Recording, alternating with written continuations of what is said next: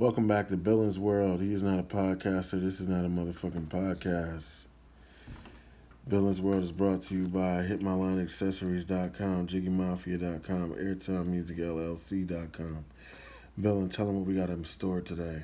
What's up, YouTube? Today will be appreciation video for LUDACRIS. I'll be that nigga named Luda. Woo! You know, he was an intern, then a DJ. Dropped independent album Incognito in 1999 before his first major release, which was my introduction to him back for the first time. Yeah. Fire album. Memories. It showed you that Jokers in the South really could rap.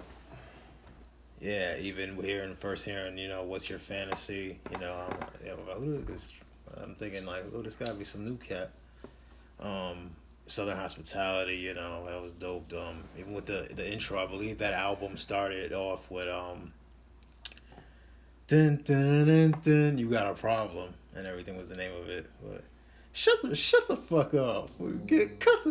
Cut the fuck up, man. That was dope.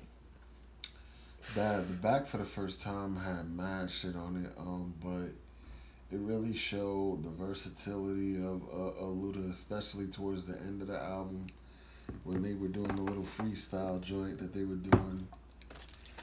Four Eyes and Luda and everybody else that was on that song, I can't remember right now.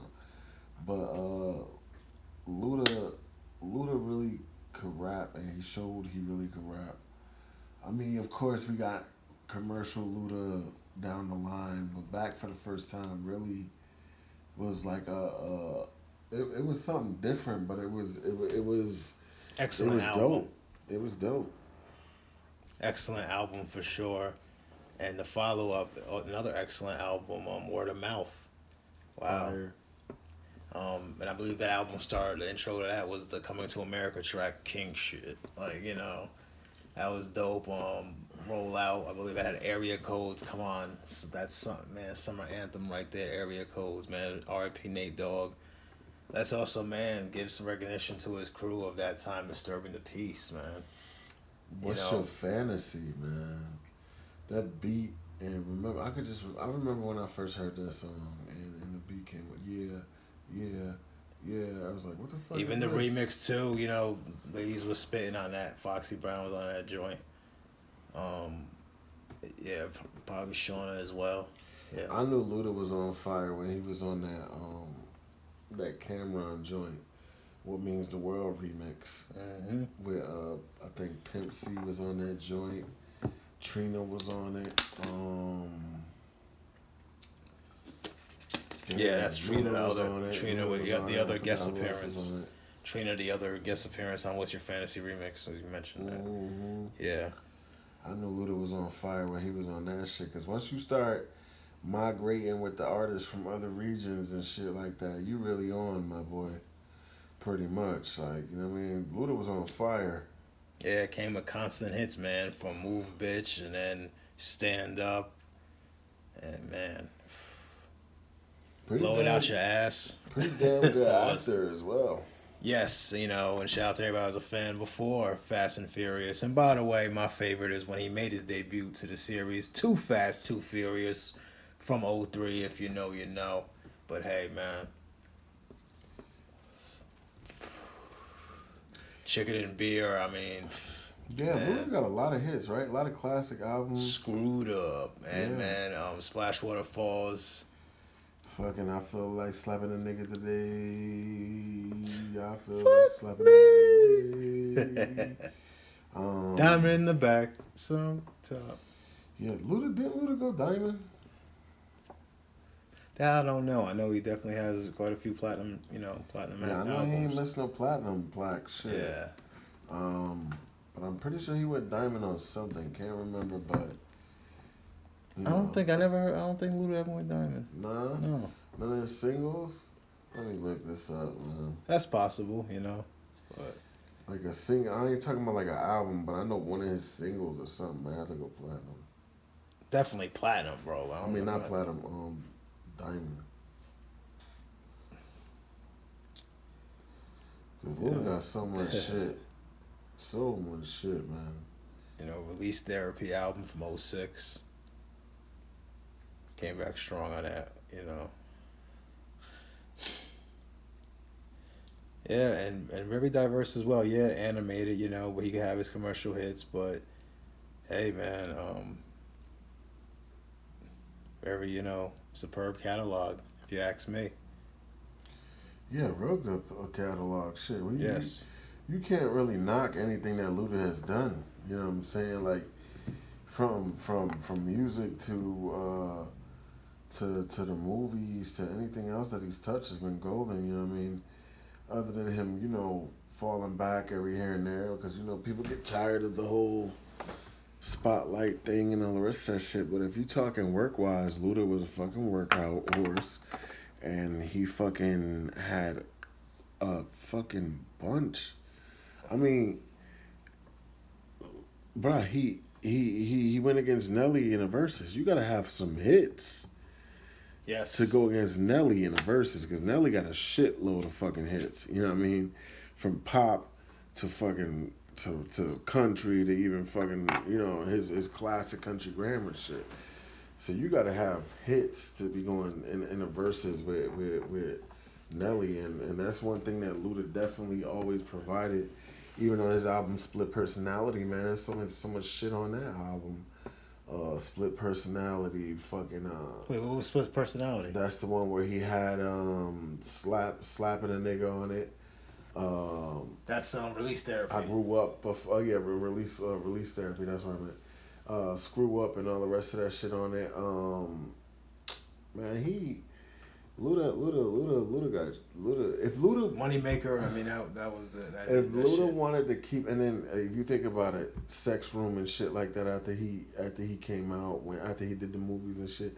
If Luda wanted to consistently put out music, he could have if he wanted to. I felt like Luda fell back because it was like the movies was making more money for him or something. Yeah. You know, they probably on Fast 50, but you know. Because Luda knew how to make good music, Do your bro. thing, though, man. Ain't knocking you. He always knew how to make a hit. Like, and you think about it, all his albums,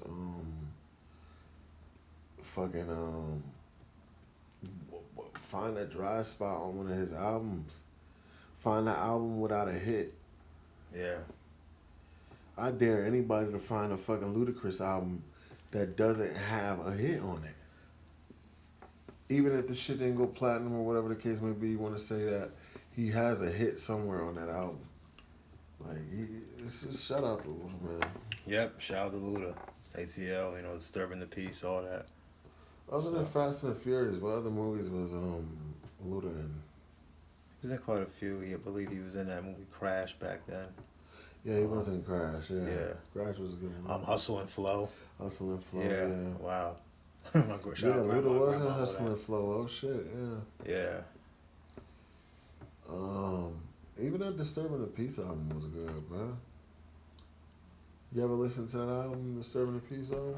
The Growing Pains Yeah, track. Growing Pains. That shit was fire, man. Wow. Yeah, it's like when you Nostalgia think, right here. when you think Luda, bro, yeah, because really when a lot of Luda's music, when you think back to it, you think into a place that you were at, like, oh shit, I was here when this came out, or I was there when that came out. I remember when I first heard the What's Your Fantasy Cameron remix, and Luda jumped on that shit, man. He was killing that shit. And bro, I must have fucking, bro, when I got that fucking CD that had that song on there, I must have ran that fucking song back like 1,000 times the first time I got that fucking CD, bro. For real, just for Luda's verse though. I just kept running it back to Luda's verse. Running it back. Hip hop shit, y'all. I couldn't believe the flow that he was using on that shit. I'm like, what the fuck is he saying? Like, because in the beginning He be like, let me tell you what it mean in the world. Ludacris send a couple of girls. I get them drunk, take a look at the girl. Ding-a-ling, straight sucking the girl. Late night, think I'm over with your girl. Skeet, skeet, gone. And it's like, what the fuck? But when you don't know the words, it's like, what the fuck is he saying? What is he saying? It's like, yeah, running it back, running it back, running it back. But Luda's a great, one of the greatest. I don't think he gets the credit he really deserves, though, a lot of the time. But here on Billins World, we giving the appreciation to Ludacris, man. Hit that like button, comment, share, subscribe to the page. Word, subscribe, man. We see y'all watching. Please sub though, man. Don't forget to shop at the stores. HitMyLineAccessories.com for your smoking merch. JiggyMafia.com for your clothes. If you're an artist, videographer, or anything that has to do with media or music or etc. AIRTIMEMUSICLLC.com. Show some love, y'all. Billin, favorite Ludacris track. Wow.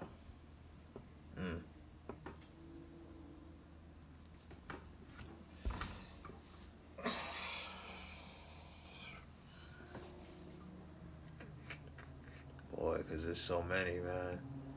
Oh, back for the first time. You Definitely. Well, just that intro alone to me. Yeah. I mean, I played the shit out of that. You Got a Problem track. That's the one that go. Yes.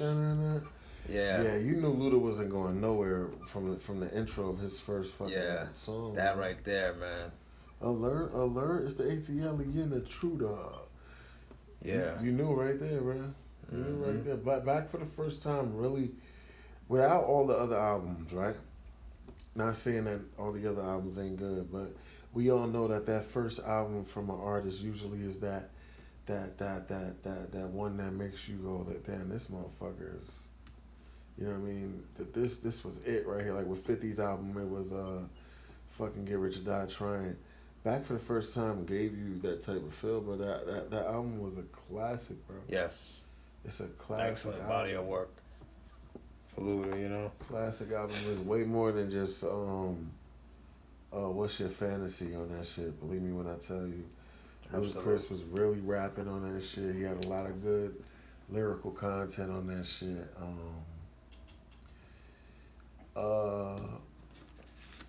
One thing I liked about Luda though was his entertainment.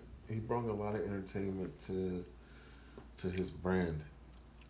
Yes. Like he wasn't shy to be himself and be different. Because around the time that Luda was out, everybody was a tough guy, or a trap lord, or something like that. And Luda kind of took a different approach towards the game. And it worked. Facts. The game needed it, you know, and because with Luda, I think Luda knew that he was so goddamn good at rapping that it was like. And not only just good at rapping, because I think his production selection was good. I think his lyrical content was good, and I just think the whole body of work period was like, it was just good. You know what I'm saying? So it's not just like the ability to rap, but the ability to be a musician, and Luda had that. Yes. I mean, all the fucking hits he got. You know, and even check out from the Theater of the Mind album, he had a track with Nas and Jay. Hip hop, I do it for hip hop. Like, you know, that was dope, definitely. Yeah, and I feel like that's the reason why Luda probably, because being a musician in the game of fuck shit, it's hard to keep a passion for shit. So I feel like with Luda, maybe, you know, at a certain point, he was like, okay, this shit's on some fuck shit now, on to the next game. Like, you know what I mean? It just happened to be acting. Like, all those Fast and the Furious checks and shit like that. Do you really need to rap? You can rap whenever the fuck you want now. You know what I mean? Yeah. And it's not like Luda would come back and miss. He'd come back and hit. Sex Room. Fucking, One More Drink. Yeah, like he always would come back and just the more later records and everything. Oh, My Bitch Bad. Yeah, he'll come back, hit you with some fire, disappear again. come back, hit you with some fire, disappear again. Nowadays you don't really get that because How low can you go? yeah, you ain't got Yeah. time to do that now. Not in today's game. You got to keep on putting music out, or niggas is on to the next. But back then he was one of those artists that he only popped out when he wanted to pop out, and when he popped out, it was good music. Oh shit! Damn, the Luda album, the Luda shit was easier than the fucking Buster